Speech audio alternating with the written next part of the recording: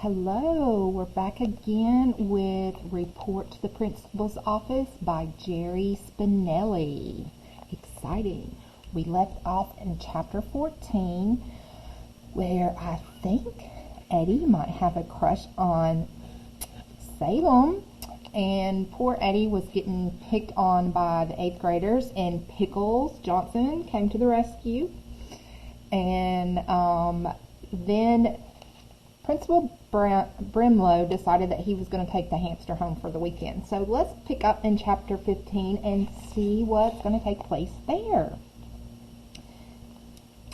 Salem took one step back from the dining room table. She smiled. She nodded.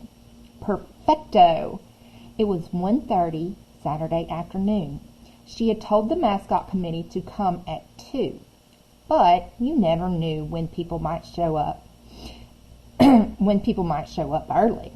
Besides, she was simply too excited to let it go until the last minute. Except for the food. The table had been set since 10 o'clock. Salem Brownmiller could no more host an ordinary meeting than Madonna could wear an ordinary outfit.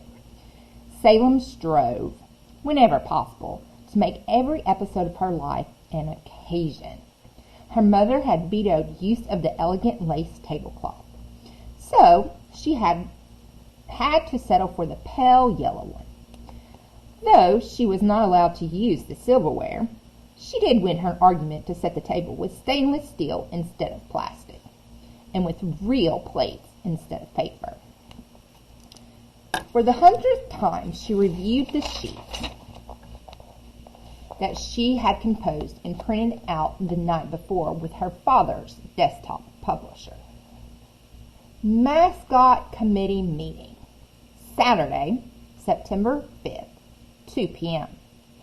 Order of Events Buffet, Business Meeting. Nominate a mascot for Plumstead Middle School, Social Hour. Music, Autumn by George Winston. Menu, potato chips, onion dip, cold vegetables for dipping, cheese, cheddar, brie, pepperoni slices, pickles, pigs in a blanket, Grey Poupon, mince, periwinkle punch. She's got everything set up, doesn't she? Salem had considered phrasing such as chips of potato and dip of onion, but had rejected them as a little too uppity for this group. And anyway, there was enough elegance in the last item to cover everything. During the past year, Salem had developed the punch herself, a positively exotic blend of 5 fruit juices, 2 sodas, and rainbow sherbet. She called it Periwinkle Punch simply because she liked the sound of the 2 words together. Remembering that made her think of Pickles Johnson at lunch the other day, saying he hated how pickles tasted but liked how they sounded.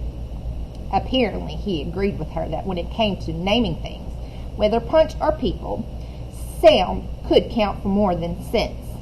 It was interesting to discover that little tidbit that they had in common. Salem was even prouder of the punch bowl than the punch. It was colossal. It was crystal. It sparkled like diamonds. It had been in the family for more than 100 years, and her mother had promised to feed her to the garbage disposal if anything happened to it. The bowl sat regally in the center of the table, no fewer than 18 matching crystal cups dangling from its rim.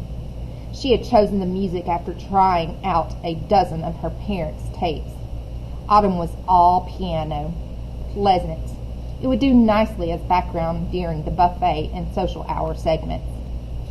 At precisely 1:45, she poured 2 large pictures of periwinkle punch into the crystal bowl. The punch had spent the night in the fridge. She wanted it cold, but not diluted with ice. Then, scoop by scoop, came the rainbow sherbet. 1:50. Salem paced, sat, looked out the window, looked at the clock, paced.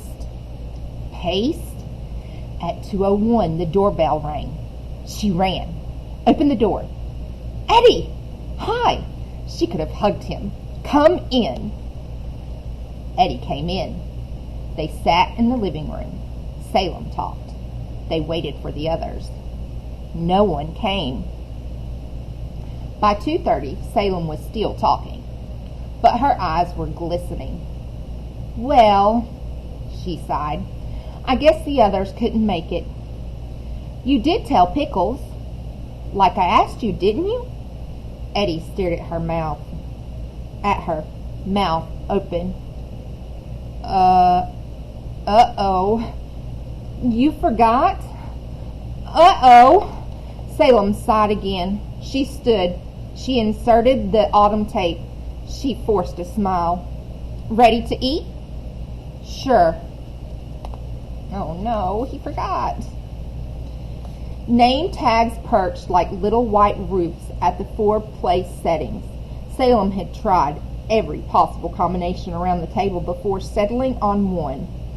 As she had hinted in the hallway the day before, she suspected Eddie had eyes for Sonny. But does he? Though she had since decided not to make him uncomfortable by mentioning it again, she did feel that the least she could do for Eddie was to set him in the best place relative to Sonny. It boiled down to the question of basic romance. Is it better to set the girl where the boy can see her best, across the table, or where he can be closest, next to him? She finally decided on nearest over vision and placed Sonny's card to Eddie's right. Of course, none of that mattered now. There's your name card, she said, pointing, but you can sit anywhere you like. She poured him some punch and went to the kitchen to microwave the pigs in the blanket. When she returned, half the potato chips were gone and half the dip. Like the dip? She said.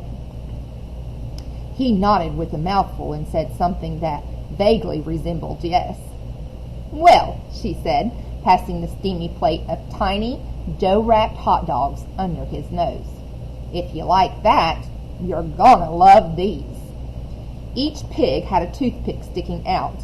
It looked like a forest of toothpicks. Eddie chose one. He looked around. Any mustard? Salem set down the plate of pigs. Right in front of you. Eddie looked again. Where? Salem pushed a small side dish towards him. There. He made a face. That's mustard? The best. It's Grey Poupon. Grey? Eddie went into a sudden spasm. He clamped his hand over his mouth, but not before several bites of potato chips had fired out and sunk into the sherbety foam of his punch. With the mouth cut off, the rest of the spasm exited through Eddie's nose in the form of a rippling, nostril-flapping snort. Grey! He croaked. Poop! Salem rolled her eyes and gave a parental sigh. No, you goof! She gave her best French pronunciation. Grey Poupon! She maintained her dignity with the boy suffering through the series of after snorts. At last he calmed down enough to say, scratchily, So, where's the mustard? It is mustard. The is came out as a screech. He held the toothpick pig shoulder high, as though the stuff on the side dish might leap for it. It doesn't look great. It's not. But it does, he giggled. It does look. Another spasm was rising. His voice was crackling. His nostrils were fluttering. A little like Salem's patience vanished with an exasperated stomp off to the kitchen. In a moment, she stomped back and slammed the jar of bright yellow French mustard onto the table. Here! She was not too happy about what he had to say about her mustard, was she? Well, I wonder if anybody else is going to show up to the party. We can find out in chapter 16. I will see you there.